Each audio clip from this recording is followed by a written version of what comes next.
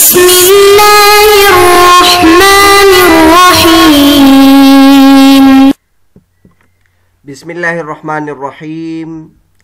علم مقاصد شریعہ۔ علم مقاصد شریعہ کا آج سبق نمبر 45 ہے۔ آج کے سبق کا عنوان ہے مقاصد شریعہ کی اقسام اور تعداد۔ آج کے سبق میں ہم مقاصد شریعہ کی اقسام اور تعداد کے بارے میں گفتگو کریں گے۔ یہاں تک علم مقاصد شریعہ کی کئی جو ضروری مباحث ہے اس کا بیان ہو چکا۔ آخر میں ہم علم مقاصد شریعہ کی اقسام اور تعداد کے بارے میں گفتگو کریں گے۔ اس سے پہلے سبق میں یعنی سبق نمبر 44 میں ہم نے مقاصد کے قواعد کے انواع سے متعلق مباحث مکمل کیے تھے، جس میں مختلف قواعد کا ذکر کیا تھا، جیسے رفع حرج سے متعلق کون سے قواعد ہے اس کا ذکر کیا تھا، مصالح اور مفاسد سے متعلق کون سے قواعد ہے اس کا ذکر کیا تھا، اسی طرح مقاصد اور وسائل سے متعلق کون سے قواعد ہے اس کا ذکر کیا تھا، اور افعال کے معالات کے اعتبار سے کون سے قواعد ہے اس کا ذکر کیا تھا۔ اور جیسے کہ بتایا کہ آج کے سبق میں ہم مقاصد شریعہ کی اقسام اور تعداد سے متعلق گفتگو کریں گے۔ تو مقاصد شریعہ کی اقسام اور تعداد کتنی ہیں؟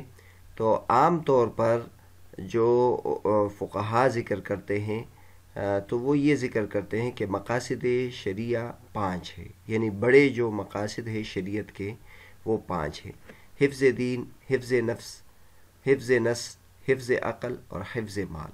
یعنی یہ 5 مقاصد ہیں، یعنی شریعت کے جتنے بھی احکام ہیں ان کے پیش نظر شریعت کے جو مقاصد ہے وہ ان 5 چیزوں کے ارد گرد گھومتی ہے، اور یہ 5 چیزیں اس میں پیش نظر ہوتی ہے۔ حفظ دین یعنی دین کی حفاظت، حفظ نفس یعنی انسانی جان کی حفاظت، حفظ نسل انسان کے نسل کی حفاظت، حفظ عقل یعنی عقل کی حفاظت، اور حفظ مال یعنی مال کی حفاظت۔ اور یہ ظاہر ہے ان چیزوں کے مباحث پچھلے اسباق میں ہم نے بیان کیے ہیں۔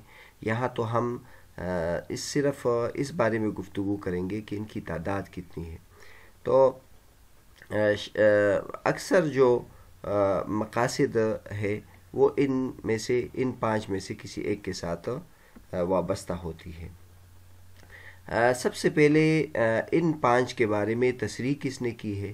تو سب سے پہلے امام غزالی رحمۃ اللہ علیہ ہیں، وہ انہوں نے اس کی تصریح کی ہے۔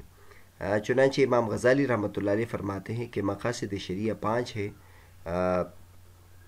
وہ فرماتے ہیں: وَمَقْصُودُ الشَّرْعِ مِنَ الْخَلْقِ أَنْ يَحْفَظَ عَلَيْهِمْ دِينُهُمْ وَنَفْسُهُمْ وَعَقْلُهُمْ وَنَسْلُهُمْ وَمَالُهُمْ، فَكُلُّ مَا يَحْفَظ هَذِهِ الْأُصُولُ الْخَمْسَةَ فَهُوَ مَصْلَحَةٌ، وَكُلُّ مَا يفوت هذه الأصول الخمسة فهو مفسدة۔ المستصفى جلد 1 صفحہ نمبر 174۔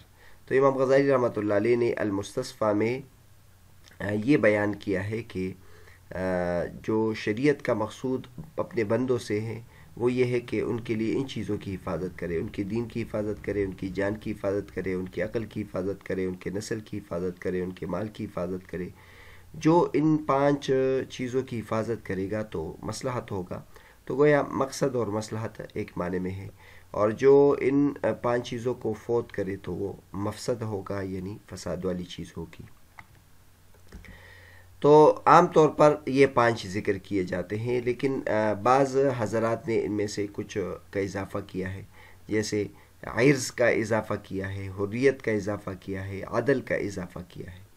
تو گویا وہ 5 بھی ہے، اس کے ساتھ ساتھ عرض یعنی عزت کی حفاظت، اور اسی طرح آزادی، اور اسی طرح عدل، یعنی شریعت کے پیش نظر احکامات کے مقاصد میں یہ 3 بھی ہے، جس میں انسان کی عزت کی حفاظت، اسی طرح آزادی، یعنی شریعت کے پیش نظر ایک بہت بڑا مقصد آزادی بھی ہے، اور ان آزادی کے پیش نظر بہت سارے احکامات لگتے ہیں۔ اس طرح شریعت کے پیش نظر ایک بہت بڑا مقصد عدل انصاف ہے، اور اس کے پیش نظر بھی بہت سارے احکامات لگتے ہیں۔ تو لہٰذا بعض حضرات نے اس کا اضافہ کیا ہے، اور جو ہم نے بیان کیا کہ 5 ہے تو وہ اس پر نقد کرتے ہیں کہ یہ فرد کے اعتبار سے ہیں، فرد کے اعتبار سے 5 ہے، باقی دیگر اعتبارات کے ساتھ شریعت کے دیگر مقاصد بھی ہے۔ فرد کی طرف دیکھتے ہوئے شریعت کے 5 مقاصد ہیں، جیسے مثلاً دین کی حفاظت کے لیے اللہ تبارک و تعالیٰ نے مرتد کے قتل کو جائز قرار دیا کہ مرتد کو قتل کیا جائے گا تاکہ دین کی حفاظت ہو۔ اسی طرح نفس کی حفاظت کے لیے اللہ تبارک و تعالیٰ نے قتل کو حرام قرار دیا ہے۔ نسل کی حفاظت کے لیے اللہ تبارک و تعالیٰ نے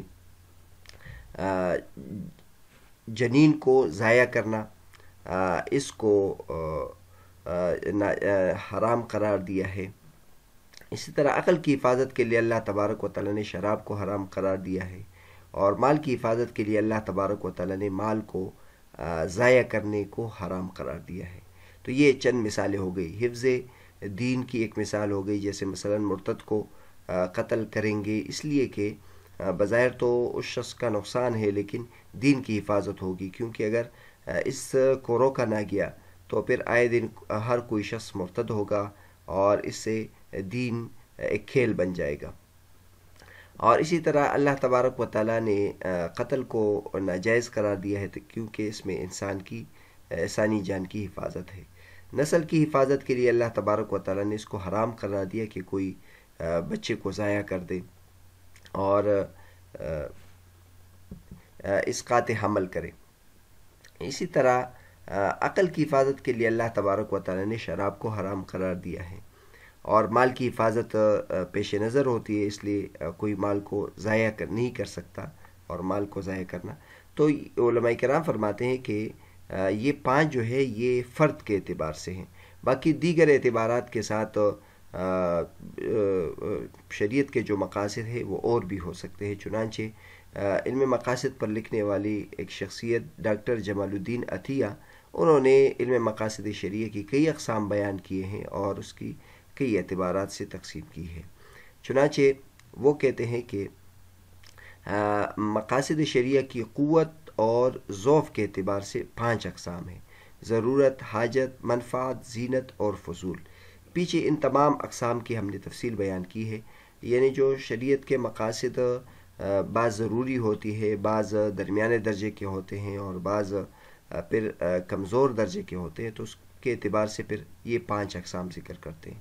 سب سے پہلے ضروری مقاصد، پھر حاجی مقاصد، پھر وہ جو انسان کو نفع دے، پھر وہ جو صرف انسان کے لیے خوبصورتی کا سبب بنے، اور ایک وہ ہے جو زائد ہے، یعنی فضول اور زائد کے معنی میں۔ تو یہ قوت اور ضعف کے اعتبار سے یہ 5 اقسام بنے گی۔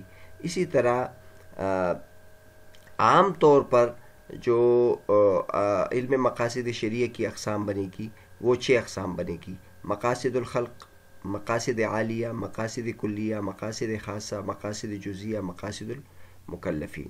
تو ایک اعتبار سے یہ اقسام بھی بنے گی، بڑی یعنی عام اعتبار سے اگر اس کو لے لیں تو ایک ہوتا ہے مقاصد الخلق یعنی مخلوق کے مقاصد، ایک ہے مقاصد عالیہ بلند مقاصد، ایک ہے مقاصد کلیہ کلی مقاصد، ایک ہے مقاصد خاصہ، ایک ہے مقاصد جزیہ، اور ایک ہے مکلفین کے مقاصد۔ تو ایک اعتبار سے یہ تقسیم بھی ہم کر سکتے ہیں۔ اسی طرح زندگی کے میدان کے اعتبار سے اگر ہم لے لیں تو مقاصد شریعہ کی پھر 4 اقسام بنتی ہے: فرد، اہل، امت اور انسانیت۔ یہ بہت بہترین قسم ہے۔ ایک ہے فرد کے اعتبار سے مقاصد شریعہ کی اقسام، اور ایک ہے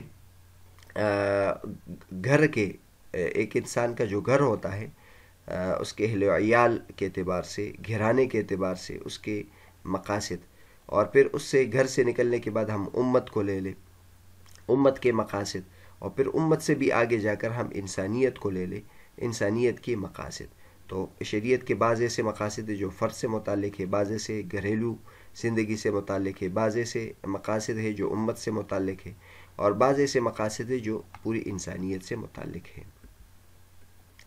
اسی طرح اب اگر فرد کے مقاصد کو ہم دیکھ لیں تو فرد کے مقاصد 5 ہیں: حفظ نفس، حفظ عقل، حفظ تدین، اور حفظ ارث اور حفظ مال، یعنی نفس کی حفاظت، عقل کی حفاظت، دین کی حفاظت، عزت کی حفاظت اور مال کی حفاظت۔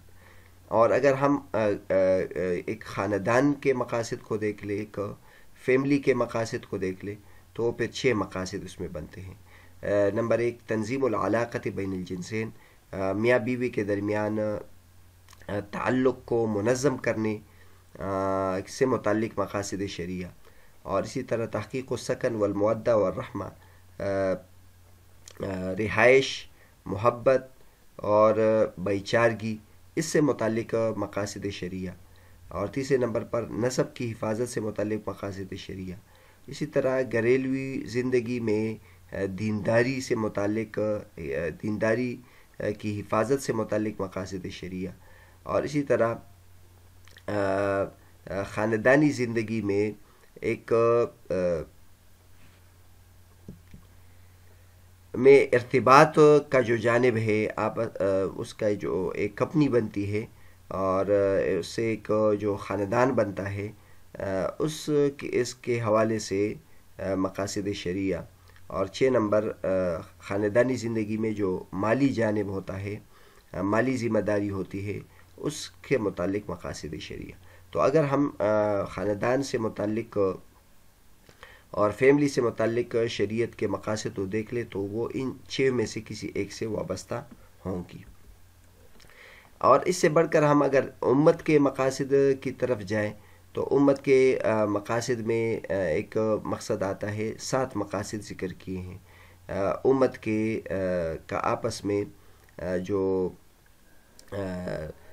ارتباط ہے اور آپس میں جو تعلق ہے اس سے متعلق، اور اسی طرح امن پیش نظر ہوتا ہے، اور اسی طرح انصاف کا قیام ہوتا ہے، اور دین اور اخلاق کو امت میں برقرار رکھنا، اس سے متعلق مقاصد شرعیہ۔ اسی طرح آپس میں تعاون، آپس میں ایک دوسرے کی ذمہ داری لینا، آپس میں ایک دوسرے کی تکلیفوں کو اٹھانا اور تکافل، ایک دوسرے کی ذمہ داری کو اٹھانا، اس سے متعلق مقاصد شرعیہ۔ اسی طرح علم کو پھیلانا اور امت کے عقل کی حفاظت، یہ پیش نظر ہوتا ہے۔ 7ویں نمبر پر زمین کی آبیاری اور امت کے جو سرمایہ ہے اس کی حفاظت، اس سے متعلق مقاصد شرعیہ۔ اس سے آگے جائے تو ہم پھر انسانیت کے مقاصد کو ذکر کرتے ہیں۔ تو انسانیت کے مقاصد کیا ہے؟ تعارف، تعاون اور تکاتف، یعنی ایک دوسرے کے ساتھ مل جل کر رہنا، ایک دوسرے کے ساتھ جان پہچان کرنا، اور ایک دوسرے کے ساتھ ایک دوسرے کا ہاتھ بٹانا، یہ انسانیت میں پیش نظر ہوتا ہے۔ اور اسی طرح تحقیق الخلافت العامہ للانسان فی الارض، زمین میں انسان کی خلافت کو یعنی ثابت کرنا۔ اور تیسرے نمبر پر تحقیق السلام العالمی القائم علی العدل، بین الاقوامی طور پر عدل اور انصاف کو قائم کرنا اور امن قائم کرنا۔ اور الحمایت الدولیہ لحقوق الانسان، انسانی حقوق کی حفاظت کے لیے بین الاقوامی کوششیں۔ اور اسی طرح نشر و دعوت اسلام کی دعوت کو پوری دنیا، پوری انسانیت میں پھیلانا، یہ شریعت کے مقاصد میں سے۔ تو بہرحال یہ ایک اچھی طریقے سے تقسیم ہو گئی، یہ ڈاکٹر جمال الدین عطیہ صاحب نے اس کی یہ تقسیم کی ہے۔ یہاں ایک ضروری چیز ہم آپ کے سامنے ذکر کرتے ہیں، یہاں تک جتنے بھی مباحث ہیں ہم نے علم مقاصد شرعیہ سے متعلق جو بیان کیے ہیں وہ اس کتاب سے آپ کے سامنے ذکر کیے، بدایت القاصد الی علم المقاصد، جو شیخ ڈاکٹر مسعود صبری کی کتاب ہے۔ چونکہ یہ کتاب انتہائی جامع معنی تھی، اس لیے ہم نے اس کتاب کو پیش نظر رکھا، اور اس کتاب کے ذریعے سے ایک تو جامع تھی، مختصر بھی تھی، اور بہت زیادہ خوبصورت انداز میں انہوں نے اس فن کو مرتب کیا تھا، اس لیے ہم نے اپنے ان دروس میں اس کتاب سے استفادہ کیا ہے اور اس کتاب کو پیش نظر رکھا ہے۔ البتہ چند مباحث جو باقی ہے اور علم مقاصد شرعیہ سے متعلق ہے، اس کو آگے ہم متفرقات متفرق طور پر ذکر کریں گے انشاءاللہ تعالی۔ تو بہرحال آج کا جو ہمارا سبق تھا اس میں ہم نے علم مقاصد شریعہ کی تعداد اور اس کی تقسیم ہم نے ذکر کی، اور پہلے ہم نے بیان کیا کہ عام طور پر جو ذکر کیا جاتا ہے کہ علم مقاصد شریعہ وہ 5 ہے، مقاصد شریعہ 5 ہے: حفظ دین، حفظ نفس، حفظ نسل، حفظ عقل، حفظ مال۔ لیکن بعض حضرات نے اس میں اضافہ کیا ہے، ایک عرض یعنی عرض کی حفاظت یعنی عزت کی حفاظت، اور بعض نے حریت اور عدل کا بھی اضافہ کیا ہے۔ لیکن اس کے بعد پھر ہم نے ڈاکٹر جمال عطیہ صاحب کی تقسیم ذکر کی۔ انہوں نے کہا کہ یہ مختلف حیثیات سے ہم اس کی تقسیم کر سکتے ہیں۔ پھر وہ کیا تقسیم تھی وہ آپ کے سامنے ذکر کر دی۔ اگلے سبق میں ہم امام شاطبی رحمۃ اللہ علیہ کے حالات زندگی ذکر کریں گے، کیونکہ امام شاطبی رحمۃ اللہ علیہ نے علم مقاصد شریعہ پر بہت بڑا کام کیا ہے۔ تو سب سے پہلے ان کے حالات ذکر کریں گے، پھر ان کے مقاصد شریعہ میں جو خدمات ہیں اس کو ذکر کریں گے انشاءاللہ تعالی۔